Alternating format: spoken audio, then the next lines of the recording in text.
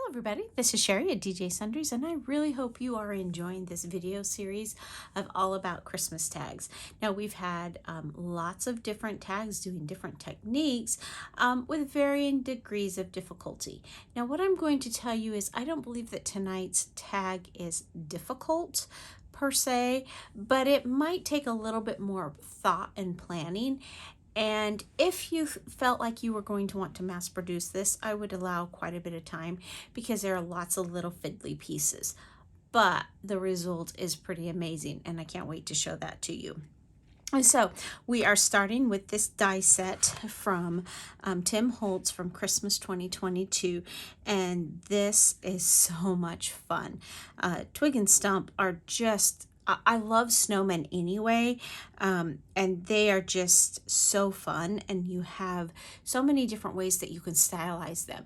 You know, there are 3 different poses for Stump, there are 2 different poses facing different directions for Twig, and then the accessories, there's both the hat and scarf combinations that you see here in the picture, but then there's extra accessories as well. So it is really a fun option for a tag, but it does have quite a few different pieces. So I am going to start with this tag right here, and this is just our base tag. It's already stamped on the back, ready to go, craft card tag. And then I have some of the pieces. Now I'm very thankful because that piece does not go with that, but I did get some help from my husband with getting everything together that we would need for this particular tag, and I'm really thankful that he had the time to get it all cut out for me. So I've pre-assembled part of it. So this piece is actually 2 pieces where you've got your black cardstock base on the bottom, and then you have your white with the holes on the top, and that's going to be his body. Now the other tip, this is definitely one that the Xyron comes very much in handy for, because it just makes stacking the layers a bit simpler. In some cases, now you'll see later on in the video, we're going to not use the Xyron because some of the pieces were just so small. So again, I've got this all stuck down. I'm going to move Stump not quite at the bottom because I have something I want to do at the bottom. And because of what I'm going to be doing at the bottom, I don't want him to be centered either, because I think it would look funny if he was up too high. So this is about right, more towards the bottom portion of the tag, so that I can work with the bottom. So then I have this scarf here. Now this scarf is also 2 pieces. So there's the lighter piece, which is the solid image in this case, and then there's the darker piece, which is the overlay over the top. Again, already done and ready to go, and I am just going to layer that. Oops. It's interesting because I discovered that there's this tiny little notch here that fits right here into the neck to help you get it lined up correctly. And you'll see with this particular pose, there's not a whole lot of face room, which is great. That worked really well for me. Looks like I have some dog hair or something in there that I can pull off later. And so that I am going to stick down. Now I do have a little bit hanging off the edge here. I'm not going to worry about that because I don't think it's enough. I mean, I like the effect, the way that it looks, but I don't think that there's enough sticky hanging off the side that it's going to harm anything. And then you get to the Twig arms. So the fun thing about these arms, and this is a tip that I have, is that, whoops, that's sticky. You can put them in different poses. So, you know, if you wanted them straight out, you could do straight out. This one I'm going to do actually sticking up a bit. But you can also, which I wanted to do with these just a little bit, is cut them down. Because I just didn't want his arms to be quite as long. I don't want it to look like he's really reaching for heaven, but I did want his arms up a little bit. But also because there's not a lot of side space on the side of my tag. I also didn't want it hanging off dramatically, because you will just lose those arms. Now I'm putting his arm in front of his scarf on this time, on this side this time. It's fine, you can do it either way. It just, whatever your perspective is of how he would be doing it. And so there's his arms, and then we've got his little hat. Now this particular hat I see is missing a piece. Not the end of the world. I think you could do so much here. This is actually two pieces that you're seeing, with the light color base, just like with the scarf, and then the darker color layer. Now there is a separate piece that is the ball of the hat that you could add on there. And I had it in a darker purple for the ball. Let me see if I happen to lose my ball in my little tiny little stash of die cuts here. Very simple and easy to lose little tiny pieces. But for me, that's not a big deal, because I will just find something different to do on the top. So, you know, I could, let me come over into my Christmas stash here. And I think what I'm going to do for this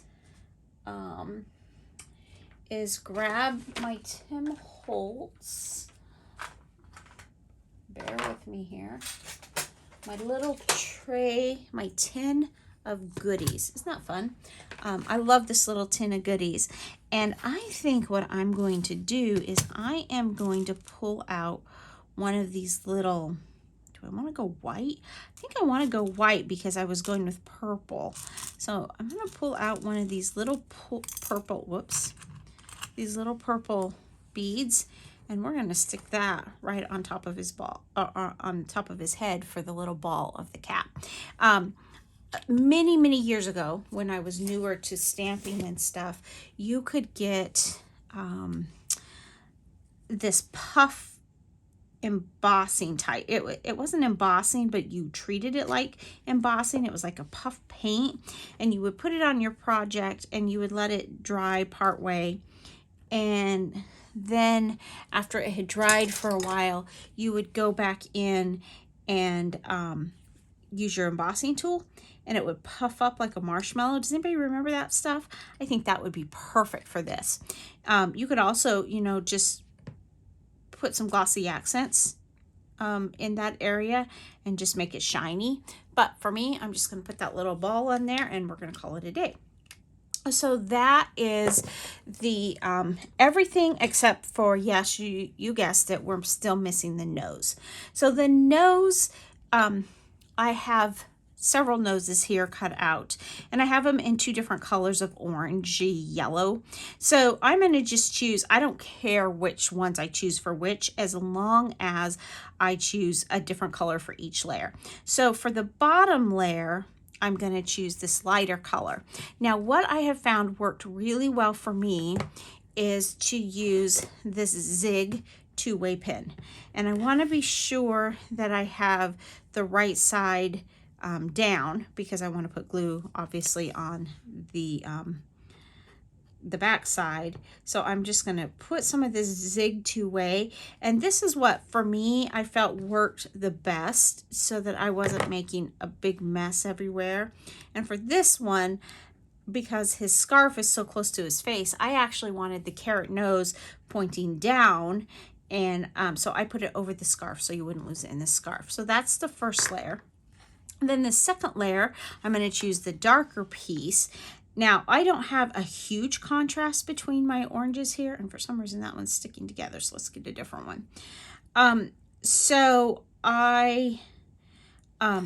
that's great with me. It's a subtle contrast, but it's still fun to have the contrast on there. So again, making sure that I have the correct side facing down, because I want top side down so that I can put a little bit of glue on here. And I was really surprised about how quickly, once I got in the groove of assembling the noses, how quickly I could do it. But again, this is going to take some prep time if you decide to mass produce it. A few, you're going to be just fine. But if you're making 50 or 100, this may not be the card for you. The other thing is because I have so many noses here, and I actually cut out or have my husband cut me some of the longer ones that I used on Twig, and I'll show you those in a minute. What I'm going to do is I'm going to get really thin plastic bags and put these in there. So somehow we ended up with far more than what I needed, which is great because now I have them. So if I want to put together a snowman, I don't have to come up with more noses. I've probably got more noses here than I'll use for a very long time. So that worked out well. So that's the tag to start with, and that's cute. But I thought one thing that would make it just a little bit more fun would be to use the Snowfall grit paste. And so we're going to open that up. And I'm going to get out my palette knife. Now, when I put this away, I am going to make sure that I put press and seal over it to try to preserve it longer. Right now, it's this delightful frosting consistency. And so what I want to do is I want to put him standing in a bank of snow. And so this is where I am just kind of slapping some down in random. I don't want to just like smooth it on and make it all cake frosting smooth, because I want it to look like he's really kind of standing in snow. And then as it, like if it goes too far up into his body, you can always kind of bring it down. But what I found worked really well for me is if I did that, then I wanted to go back in and I just kind of wanted to chop it up, because I still wanted that random look. And that just really provides a nice amount of texture for him. Now, because I really didn't need to pull it down from his body, but because I did, now it looks kind of funny if I just don't go ahead and pull down the rest. But again, you don't want it to look like you drew a line and you put stuff underneath it. You want to show the texture of the tag. So now you just need to let this sit there and dry. It's going to take a bit to dry, and that's okay. When it dries back, then you can go ahead and put your bow on it and be ready to go. Now for this particular tag, the bow that the ribbon that I have is kind of this interesting wired ribbon. It's like a braided ribbon, and it's not one that works, you're not going to tie this one in a bow. You're going to probably kind of tight it in a knot and kind of flatten it out with your hand, because it's, if you can see, it actually will hold its shape to some degree just from the small amount of plastic wiry stuff in it. So, but I thought that was kind of fun. Now, if you wanted to, you could go back and you could add snowflakes to the sky. You could, I thought about perfect pearls would probably look pretty in the sky. But I just chose to leave mine plain. And after it dried, this is what it looked like. And you can see I've just kind of tied a knot and then just kind of let the ribbon have a mind of its own in there. But isn't that fun with him? Now, you will notice the difference of this snow and this snow. Because as it dries back, it becomes a lot more translucent. And I was okay with that. I thought it was still pretty. I think it would have been fun for it to stay this color as well for this application. But for other applications that I've used it for, the clear has been perfect. So, you know, it kind of depends on your application. Now, I did want to show you what Twig looked like assembled, because I did do some with Twig. I believe I chose a different color or different type of ribbon. Let's see if I can find one pulled out here. Stump. He is so fun. I mean, Twig. Isn't he fun? Now, I did use this kind of goldy ribbon on him, but isn't he fun? He's so tall and skinny. I mean, the complete opposite of Twig there, right? I mean, of Stump. But I thought that he was super fun. For this tag, I also cut his arms down a little bit because I felt like there just wasn't space on the tag to position them without cutting them off. But again, it's just a quick snip of the scissor and it was done. So there we have our Twig and Stump stamp for the 2022 Christmas tag series that I'm working on, and I hope that you get out there and try it. Now, if you're not aware, and I am not an affiliate, there's nothing for me other than just the pure fun, but Simon Says Stamp for December, if they still have them available, if you order $25 worth of Tim Holtz products, you actually can receive their December exclusive stamp set, and it's called Chili and Freezy. I don't have it in front of me right now. Also super cute, and I haven't tried it. I don't know if it's fewer pieces or if it's about the same amount of pieces, but it would be a super cute Christmas card. You could have your family and snowmen or something. I don't know. So many ideas with it. So check that out at Simon Says Stamp. If they still have them available, they were kind of one of those as supplies last items, but check them out, and be sure and pick up Twig and Stump if you think you would enjoy putting these projects together. So thanks so much for stopping by today, and remember, take some time to enjoy the little things. Have a great day. Bye.